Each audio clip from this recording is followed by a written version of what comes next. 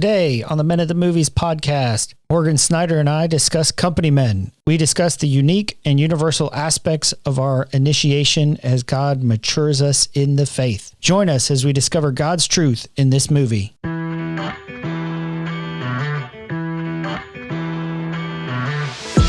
movies and stories we love are gateways to see ourselves and God in new ways. Every great story borrows its power from a larger story, the story that's written on our hearts and woven into the fabric of our very being.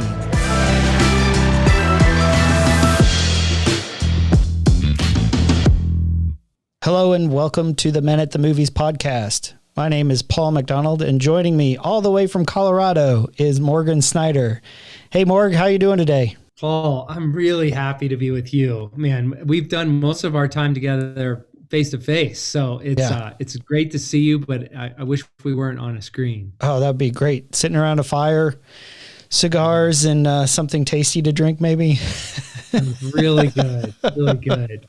I love what you're doing on this podcast, and as we just know that it said in the teaser, right, that these stories all borrow their power from one great story, and so it's really fun to pause and just in your invitation to pick a movie that I love and dive in deep and get curious with our friends today. So thanks. So you picked Company Men, and this is a movie that I first watched when I came to the intensive a few years ago, and you broke it down as part of that event. And when I watched it with my wife last night, we were sitting there and she's like, "This movie's kind of depressing. Is it just about how much corporate America sucks?" I said, well, yeah, I can see how you would say that, but it's these, we're going to focus a lot on Bobby, but it's how these three men deal with their identity after they lose their jobs. Because for men, I think our identity is so tied to what we do, and so much so that when we show up at the intensive, we can't even say what we do. We're all chimney sweeps. Right. That's the agreement, right? Because, we go through life so much being defined by what we do and not by who we are. And Paul, we'll dive in, I'm sure, to the trailer of The Company Men, but there is a quote that crosses over the screen that's just in text. And it says, in America, we give our lives to our jobs, and it's time to take them back. And again, these are parables. These are mythic. They're metaphors. And really the depth of that is in masculinity. We give our question to our work, to that which we do, this search and this need for validation and identity. And what does it look like when a man moves through a path and a process of initiation to recover that question and to retract it from the places and things he's given it to and give it and root it in the source in which it was intended. And so, this is a really exciting film.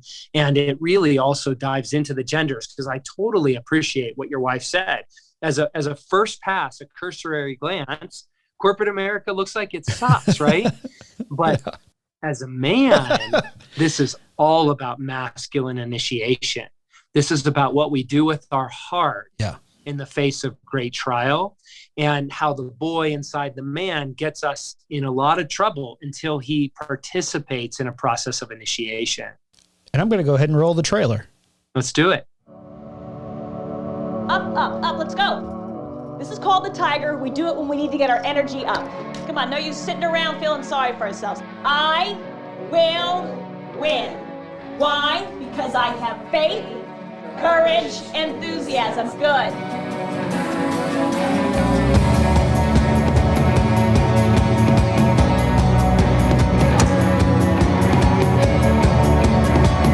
Anyone want to take a guess at what I shot at the club this morning?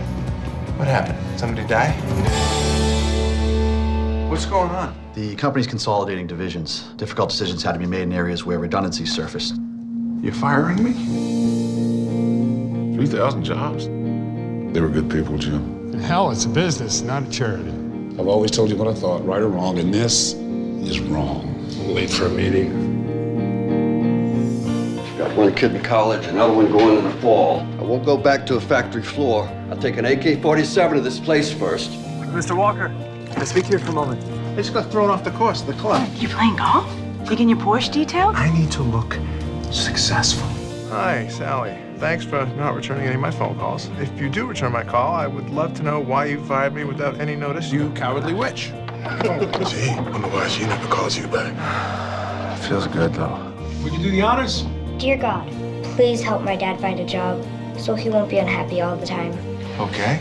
You know, things get tough. You could always use some extra help this winter. Easy work, huh, Bobby? Pretty much like moving cost reports from the inbox to the outbox. I hate your brother. We can't prove this. I'm a 37-year-old unemployed loser. You have Drew and Cos and me. You have me.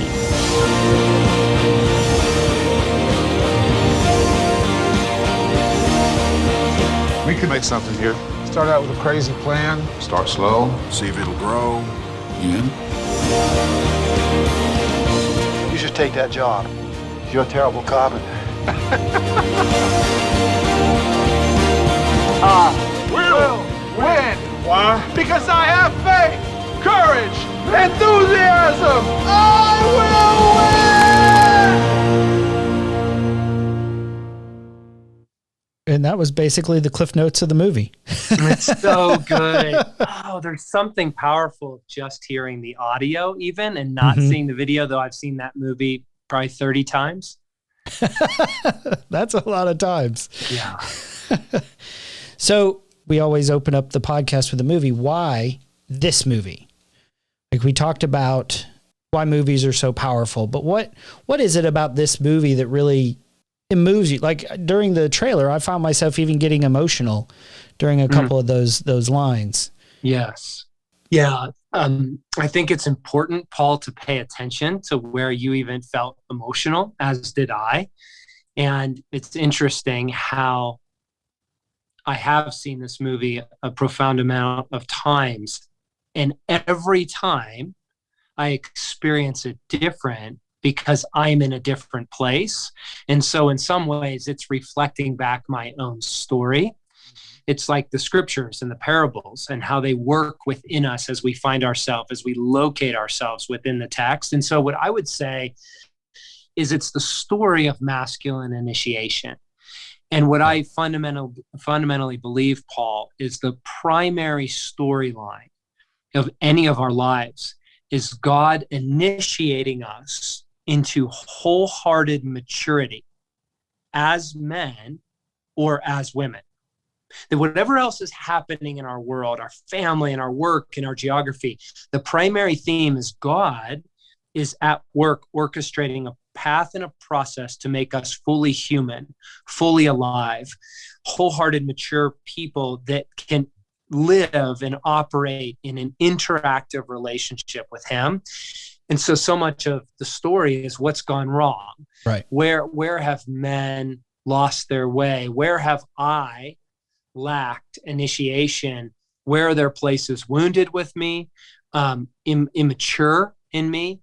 And how is God pursuing me to participate with his initiation, to become wholehearted and become the kind of man in whom he's actually glad, like he finds joy in entrusting a sort of rule and reign, a portion of his kingdom to my leadership. And so that's what excites me. And I find myself in the film, and I find in some ways the universal. It's unique and it's universal. That's the reality of masculine initiation. For every one of us, it's unique, and every one of us, it's universal. And I find both in this film. Yeah. The movie starts and it shows Bobby, played by Ben Affleck, and he's a fairly successful high-level executive. He's out on the course, comes in, not a lot of, doesn't read the room very well. He's like, guess what I shot at the course? Exactly. He's killing it on the golf course. Yeah. He's killing it in the boardroom. He's killing it with his Porsche. Yeah. He's the man. He's arrived. Until he arrives at work, only to find out that he's redundant. He's redundant, Exactly. and so they let him go. And that is the beginning of the death of the false Bobby Walker, the poser Bobby Walker. That's really well said. I think you picked very good words there. It's the beginning of death of a person who he had become. Yes. Right? Yes. And what I love is, Paul, inside, Bobby Walker's a good man. He's the imago Dei, right? The most important thing you can know about any human being is that they bear the image of God as a man or woman. And so it's in there, but he's become a caricature. He's become a persona, a false self that makes life work on his own terms, apart from God, with himself being the center of his story. So yeah, that becomes shattered. And so begins the unraveling of a man. And he resists it. He thinks he's going to get a job very quickly. And the movie is set in the early 2010s, I think 2011 or 12, after the recession. But exactly that economic shakeup was very evident in the movie and there's the uncertainty. People with high level jobs who are older struggle to find a similar job. And as we've talked about, the whole idea of what we do overarches everything about us. It becomes who we are. As you mentioned, that line of we give our lives to our job, and what happens to our life when our job isn't there anymore. Exactly. The exposure happens when he loses his identity, right? In a moment, he goes from being strong and powerful to a little boy. There's literally a scene where he's sucking on the juice box. His wife's there saying, here's where we can cut back. Here's how we can make it work. And he's sucking on a juice box saying, exactly. We're going to be good. We don't need to sell anything. We're good. I'm splitting the Pats tickets with Daryl, right? Like, no, and she's offering a lifeline. Mm-hmm. She is consenting to reality because her identity is not on trial. Maggie is a beautiful soul, given a picture of femininity restored. She's not given up on Bobby, but he's just in damage control. He is in denial. He doesn't want to tell anybody. Exactly. It's fear. He's hiding from his dad. He feels like a little boy. He's exposed. I'm afraid because I was naked. And so I hid. And in this instance, it's behind a juice box. And I think bringing up Maggie is when you look at in the movie, like I said, is about 3 guys who lose their jobs and their wives respond differently, or they respond differently to their wives, and their outcomes are ultimately different. With Maggie is the one who responds out of love. And I mean, her identity is set, and she keeps telling him the whole movie of who he is, who she knows that Bobby is. Whereas Chris Cooper's wife, it's Phil who's played by Chris Cooper. His wife makes him leave the house, and he can't come back till 6 because she doesn't want the neighbors to know he's out of work. And then when Gene, played by Tommy Lee Jones, when he loses his job, he leaves his wife for the woman that he was having an affair with. And they respond very differently, and Phil ends up killing himself because he can't live with it. He can't go through the death of his false self, so he just ends his life. And Gene goes back to what he knows and building a business and building ships. But it's Bobby that we focus on because, one, his wife is there with him, alongside him, speaking truth to him. But he's the one who goes through the transformation and the initiation because he's lost his way. Yeah, it's really well said. The movie is really about 3 men.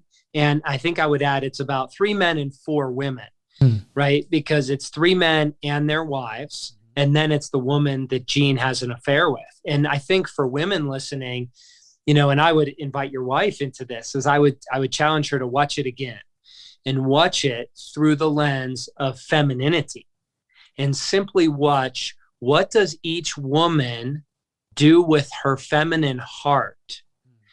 And her question when she's with a man whose world is blowing up, right? Because like you said, Maggie chooses to engage. She stays present.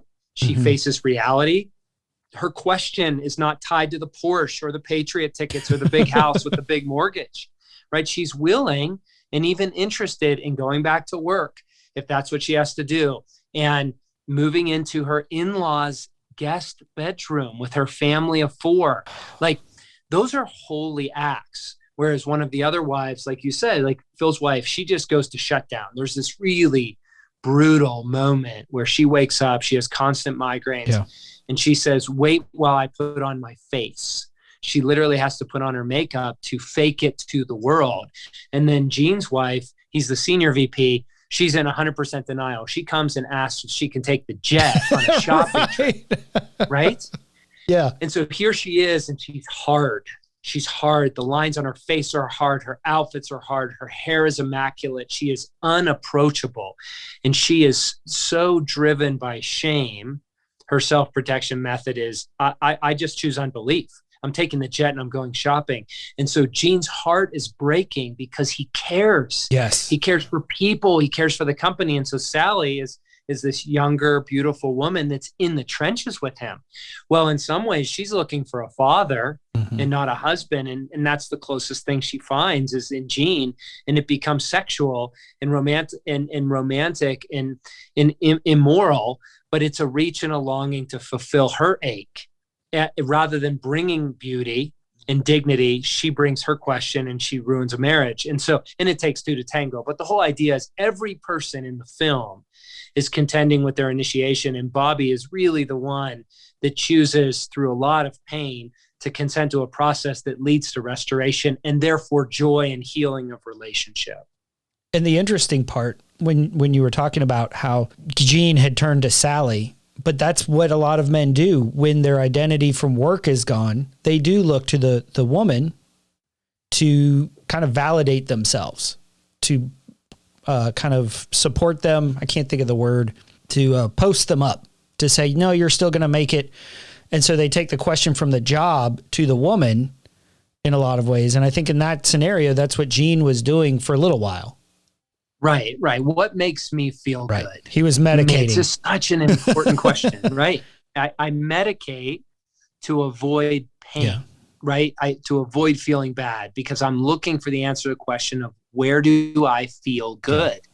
And when there's a woman around that makes me feel good, that makes me feel like a man, and my wife is inaccessible for whatever other reason, it's only a matter of time where I have to contend with what that does in my heart as a man. And on the flip side, Maggie, Bobby's wife, they're in there, they're talking about, they're in the bed and they're talking about, well, we can live with your parents. You can get a work job with my brother. And he said, Bobby actually said, I choose death. I opt for death before I will move in with my parents. And his wife is trying to seduce him, in a very loving way. She was putting the moves on him, and he rolls over and he says, good night. I've got an early morning. Because the line that got me emotional was from the trailer was, I am a 37-year-old unemployed loser. And his wife saw him as more than that. But we can only, I think in your book, Becoming a King, you talk about, we can only go to as far as the identity that we have established or adopted or we believe in. Yeah, the beauty of the dismantling of Bobby Walker is through the love and the fierceness. There's also ferocity. Yeah. When Maggie calls him out, she eventually, in righteous anger, calls him out. And she says, maybe you are just another asshole with a resume. Right. And it's a mic drop. And it finally causes him to sink down and ask the question, who am I? And Paul, that is the question, because we all have a very sophisticated belief system that's subterranean, that's below our conscious awareness, that answers the question, who am I? And so that's why you have that poignant scene where he finally confesses. He's unedited, it's unscripted, and he says, I am simply a 37-year-old loser that can't support his family. Okay, well, now we have the truth. Right now, God, you can just see God smiling, saying, son, there you are. There you are. And the brilliance of the film is Maggie is eye to eye, face to face with tears in her eyes saying, and I get emotional thinking about it. She says, Bobby, you have Drew, your son. You have Carson, your daughter. And Bobby, you have me. You have me. And she's speaking the true identity of you're a son. You're a father. You're a husband. You're a good man. And this job's got nothing on you. And then the shift, it's the poignant shift where he then begins asking the question subconsciously of, Who am I? Who is Bobby Walker? And what does he need to, and the other thing I want to name that's important is up to this point, it's all about him. Yeah. Like you said, here's Maggie. She's very beautiful. She's alluring. She's substantive. She's seducing him in bed. And he can't even engage because it's life according to Bobby Walker. Yeah. He's the center of his story. He's very narcissistic. Out of his shame and fear, he can't look beyond himself. Whereas as the movie graduates, he becomes the kind of person that his strength is offered in love for other people entrusted to his care. Yeah. And we see that even when he shows up at the kind of the unemployment office, the job, the place that he was assigned for them to help him find a job. He's like, I'm not going to be here more than a couple days, to the guy who shared his space. And then he's like, no offense. Because that guy was like, I got 9 months. I hope I find something in 9 months. And he's like, yeah, I'll be here a few days. No offense. Oh, I'm still killing it. And also to Jack, when Jack finds out, Jack is played by Kevin Costner. He's Maggie's. And who is Jack? Just to orient our listeners. Jack is Maggie's brother. Jack works as a carpenter. Blue collar, tradesman, GC, right? Doing remodels, working in the cold, hot with his hands every day. And over Thanksgiving, they find out because they invite the daughter to pray. And she says, please help my daddy find a job so he won't be sad or he won't be angry. I can't remember the exact phrase she used, but please help my daddy find a job. And that's when everybody finds out he doesn't have a job. And Jack, who throughout the movie, they're like, he doesn't like you. He just is too man enough to say it, to act like it. And you can see the tension in their relationship. They're kind of egging each other on throughout the movie. But his first response is, I got a job coming up. I could use an extra set of hands. And he responded, pounding nails. I don't see myself pounding nails. Yeah. He's totally dismissive. Exactly. Right. We see things not as they are. We see them as we are. Yeah. And so Bobby Walker has been exposed, right, and shamed, public humiliation because his precious daughter has no outlet, right? There's just no, and it was just a beautiful even picture of spirituality. Of the one place you pray is Thanksgiving meal, right?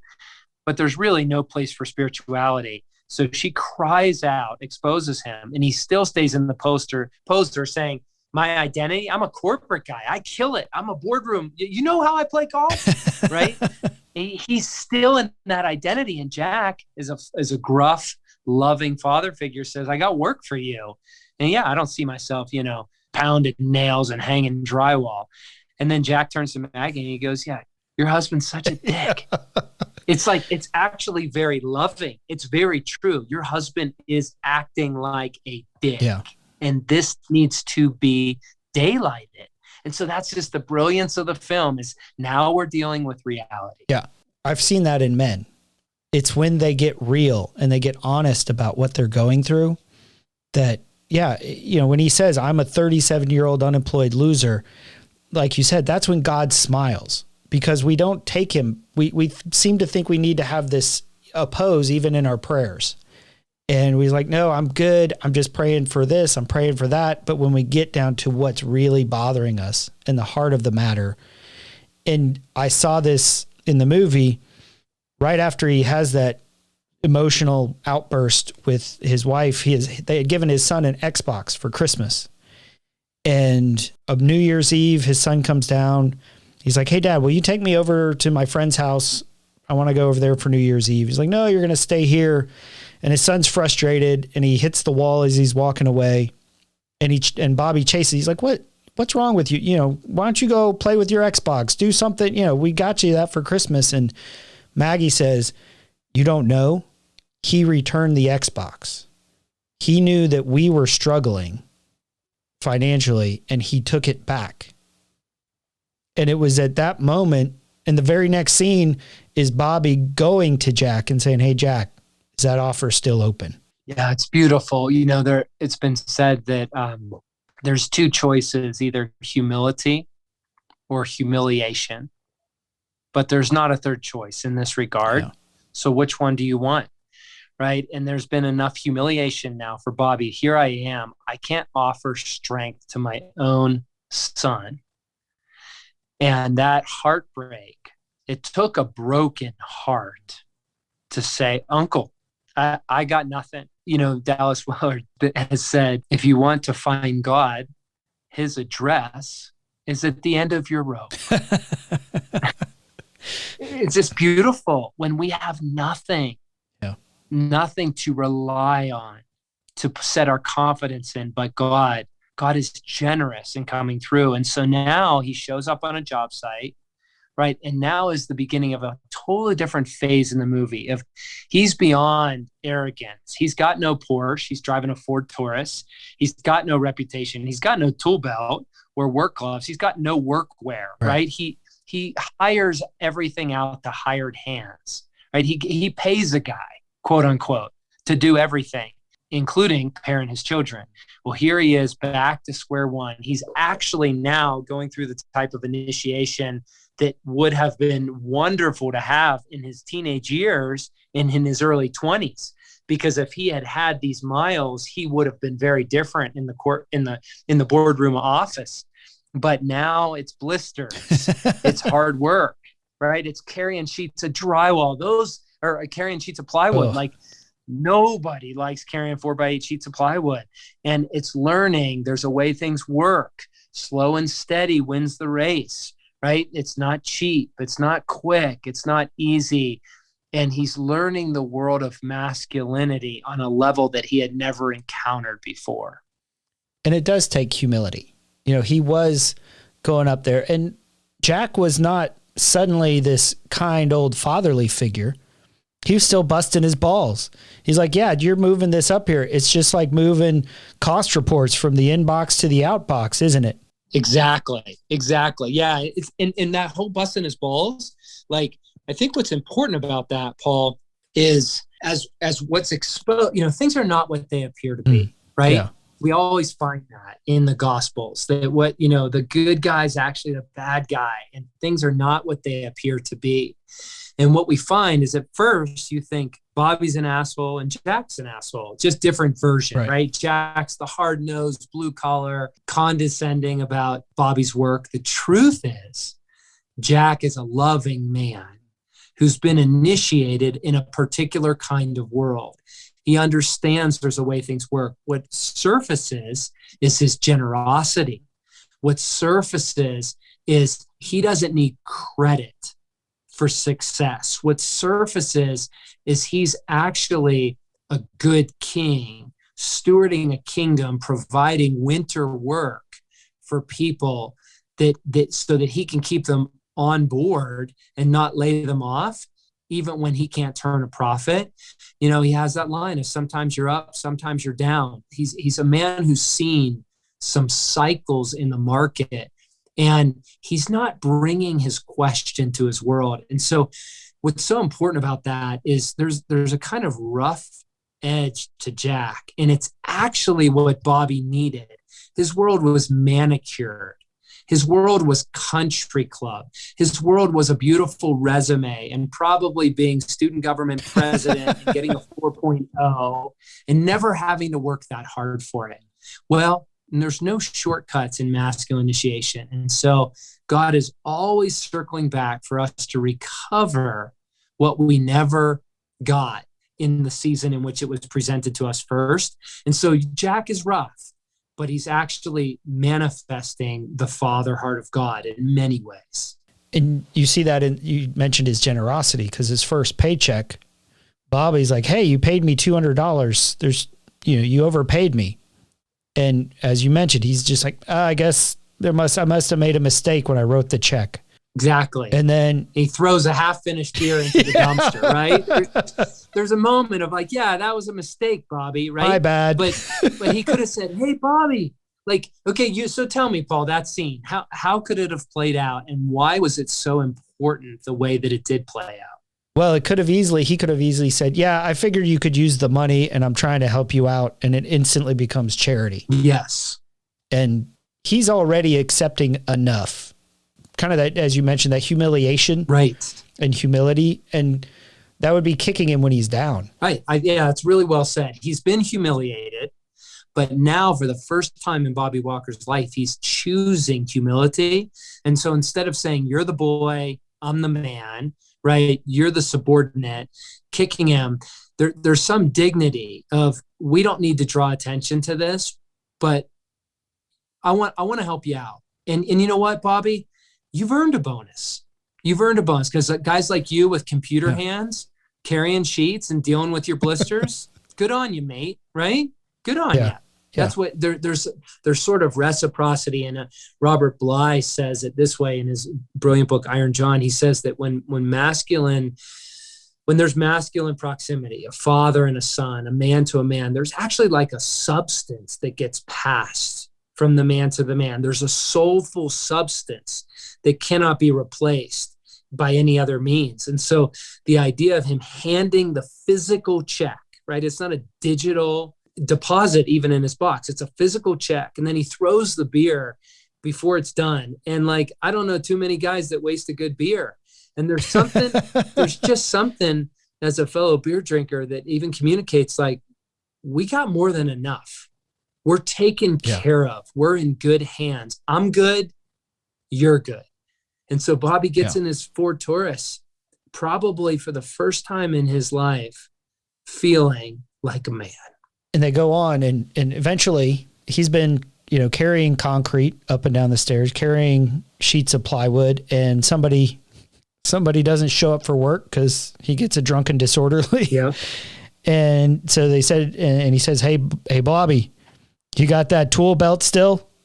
And he gets invited up into working, and he's still no pro. Like, they ask him to do some framing, put some boards across the frame there. And other guy comes up there. He's like, you got to tear this down before Jack sees it, because he will blow a gasket. Absolutely. Like, that is all jacked up. But then he says, here's how to do it right. Yes. And then he tears it down, starts all over. And it's not great. It's not perfect, but it's enough. When Jack sees it, he's like, that's terrible, but it's not bad enough to tear down. Yeah. Paul, you're pointing out something really beautiful, because you're exactly right. He buys a tool belt when he first starts. And one of the other guys says, you're not going to be needing that. Like, just because you're working on a job site doesn't mean you wear a tool belt. Like, what he didn't understand was that's a process and that's a rite of passage. So he put it back in his trunk. And then that other guy gets a drunken disorderly. Bobby's been working. And now it's time to say, you've passed through lesson number 3. And now it's lesson number 4, right? But what's so beautiful about the film is it's very tactile. It's not obscure. A big part of my masculine initiation has taken place in wilderness as a bow hunter. And it was completely foreign to me as a boy. I was very afraid to enter what I perceived was the world of real men. And the only reason I perceived that was the place from which I hid. That was where I felt my lack and my discomfort. And what I found in wilderness, Paul, especially with survival and bow hunting, is the lessons are very clear and they are very costly. And you learn them black and white. Right? It's like the first time my water filter failed and I'm in the middle of nowhere. The first time my headlamp failed and I've got no batteries. The first time I severely overpacked for a trip. Like, first time I got blisters. Like, the first time, I went to fling an arrow and I used the wrong sight pin. Like, the lessons are clear and costly. Whereas so much of the time in our modern world, lessons are very obscure. They're very vague. And as are rites of passage, right? These things happen, like kids are given cell phones. Kids are given vehicles when they turn 16. So I see so many parents that their kids end up having a car that they didn't pay for, or having too much of a vehicle that they could even handle because it was, and here's the key word, it was convenient for us parents. Mm-hmm. What we do in the name of convenience and efficiency can be catastrophic to the rites of passage that our souls need. And so what I so appreciate about the physical labor, this isn't a caricature, but everyone should do hard work. Well, everyone should work in food services because we all eat food. Everyone at some point should do some kind of physical labor on a job site because we all live in a house, and everything changes when it's physical. And it really recovers the lost art of masculine initiation being defined by these particular rites of passage in our life. And what we see when he does get invited and elevated to using the tool belt is the old Bobby is gone. The old Bobby, when he finds out he's fired, his secretary asks him, "What about me?" And he's like, "I didn't think to ask." But now he sees this guy. He's like, "Well, now I'm carrying a tool belt. I'm hammering nails. I'm hanging some wood and some drywall. If we need another hand, there's a guy I know." Yes. And where'd the guy come from? His buddy who's still looking for his job, right? He was the guy who said, "Oh, you'll be here. I'll be here a few days. You'll still be here 9 months from now." But his friend in the cubicle while they're job searching, who, by the way, they've shared beers, they've played football, they've engaged in relationship over the months that this movie takes place. And so he's like, "I know a guy if we need another set of hands." And so he's beginning to look out for others. Exactly. And invite them to take care of them and provide them opportunities. It's a huge marker in the masculine story of first when I come to the revelation that my life is for others. My strength is for others. My decisions have consequences that affect other people.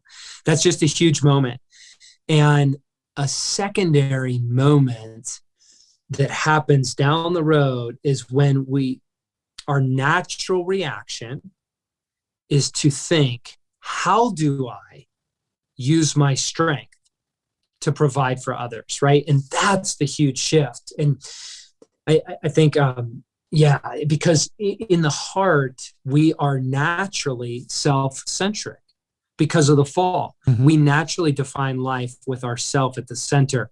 But there's some shift in masculine initiation where when we get that question answered, when we become increasingly wholehearted, we begin to see all of life as stewardship. We begin to see that we are kings in God's kingdom, and we were actually destined to rule and reign and to bring God's character, God's heart, God's provision to a broken world to help restore all things. And so that's a beautiful point when Bobby makes that comment of, there's room, I want to risk bringing in to help others. That shift begins to be seen at home when he goes home and his wife says, "You were never here before." Mm-hmm. And now you are.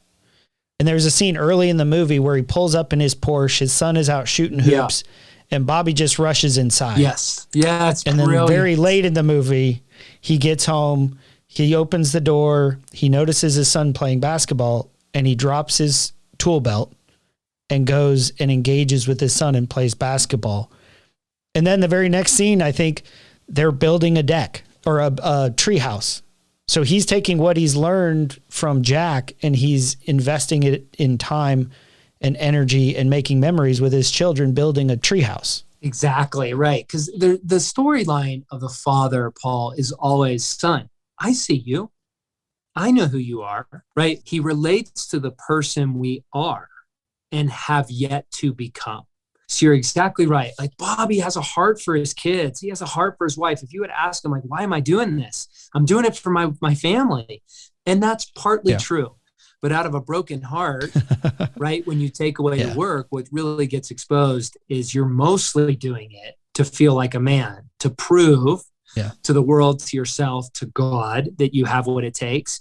And so he's missed his kids. He's missed their childhoods. He outsourced their education, outsourced their adventure. And so, as you said, there's that poignant moment. He's tired.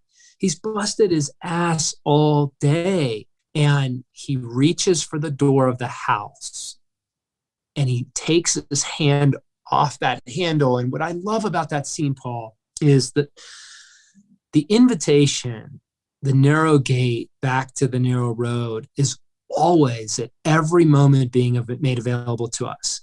And it's in 1 degree shifts. It's in 1%. Yeah. It's in the little hesitations. In the middle of this recording, my son popped in because he wanted to change cars because he needs to move a lacrosse net and he needs my truck. And just to know, like, you bet, son, all I have is yours. Today, take my keys, no questions asked, and do what you need with my truck, because he's ready for it. It's on time. It's not too much. It's not too little. And it's just a one small movement of action to say, I trust you. You have what it takes. And so then he begins to play pickup basketball. And next thing you know, there's a shift in relationship. It's being restored. And with his wife, with his daughter, with his son, things are well, and nothing's changed with his job. Right. And that's when the call comes. That's when Gene calls with a job opportunity. And his response months ago, he would have jumped at it. Like, oh yeah. And instead he goes to Jack, who's working on a Sunday, because like you mentioned earlier, he's just took this job so that these guys can keep working. But he's behind, and in order to make their time and make the bonuses and break even, he's got to work by himself, unpaid, because he can't afford to pay anybody because they're already, as he says, sometimes you're up, sometimes you're down. And he goes and says, I don't know if I want the job. I don't know if I want to go back into that world, because I was scared all the time. Yes. And scared of a million things. Scared of everything, really. Yeah. Yeah. And the best thing, Jack comes down, he looks at him, he's like, you take that job because you're a shitty carpenter. Yes. Oh, it's so beautiful. It's so beautiful. And and here's what's key about that is Jack's treating him like a man. He's treating him like a son, and he's treating him like a man. He's going, the truth is, you're a shitty carpenter. You were not meant to be a carpenter. Right. It was an assignment. It was a piece of your initiation. It was the context to know you can do hard things. The context to know you are more than your work. The context to know there's a way things work, and slow and steady wins the race. And so the truth is, he's made for the boardroom. And that's what I love about the film. Is it's not in contradiction to what your wife thinks. It's not simply the deconstruction of corporate America. I think there's a lot of horseshit in corporate America. There's also a lot of horseshit in the church, and horseshit in ministry, and horseshit in education, horseshit in politics. Like one of my favorite quotes is, I don't know if your audience is okay with this, but everyone eats a shit sandwich. The question is simply, would you like fries with that? Okay. The issue isn't how do I not eat a shit sandwich? It's, do you want mayonnaise or mustard? Everyone has to go through a process of initiation, and it's uniquely tailored to a father that knows what we need for our becoming. And so spoiler alert, Bobby's back in the courtroom, he's back in the boardroom, right? He's back in an office. He's back moving the coffee boards, right, from the inbox to the outbox. He's back over people doing sales, but everything has changed from the inside out. Because he brings everybody. Exactly. It's not just about Bobby. It's how can I take care of others? How can I take care of the people under my care? Exactly. He's become a good king. Yes. And the movie ends. Like there's no big, like that's it. That's kind of the big win is, he's back. He's got a job making half of what he was in this little startup, dingy little office, contrasted to where he was. But his relationship with his wife, with his kids, he's got a firm foundation. He's settled. Absolutely. And he's able to offer his strength to those around him. Exactly. What the world now gets is who God meant when he meant Bobby Walker. Like, I appreciate what you said, Paul, is it ends unfinished in a way of, well, this is just the beginning. But the beautiful power of the gospel that's encapsulated in this is, and so it is with our lives. We think we live with a deep operational belief is our death is the end of things. Even if you have a relationship with God and you're a Christian and you have some theological belief about the afterlife, we don't live that way. for the most part, we think it ends when it ends with our death on this earth. But Lewis was the one that said heaven is the consummation of our earthly apprenticeship. It's literally just the beginning, that all of life was a process of being under construction, right? Under renovation. And we become the kind of person that can step into the fullness of the kingdom of God and take the very particular place set before us by God. The phrase we use is, we've finally arrived, but there's no arriving this side of heaven. There's no arriving. It's all initiation. It's all continuing. It's all a further maturing of us becoming more whole and holy. Exactly. And so my invitation to, if listeners have stuck us out through this, we've given the spoiler alert, how it ends, but the beauty is we know how every great story ends. Yeah. And the invitation is, watch this with not the eyes of corporate America, watch it with the interpretive grid of what does femininity look like and how does it act when it's under assault? What does masculinity look like and act like when its identity is challenged?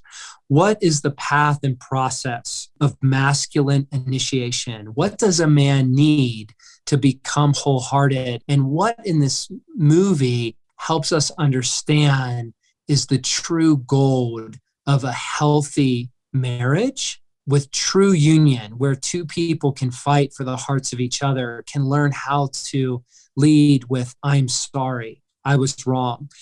And ultimately, this movie is a story of restoration and redemption, which is the story in which we find ourselves. So I can't recommend it enough. Morgan, thank you so much for being on the podcast. It was a joy and a pleasure to share this time with you. Yeah, Paul, I love what you're doing. And now you got me, my wheels are spinning. I'm ready to go watch another film. Hey, man, you have an open invitation. You just let me know whenever you want to come back. Awesome. All right. Great to be with you. All right. Thanks for joining us here on the Men at the Movies podcast. We hope that you join us next week. Something inside has been awakened. I can no longer be who I was before. But if I am no longer who I was, who am I to be?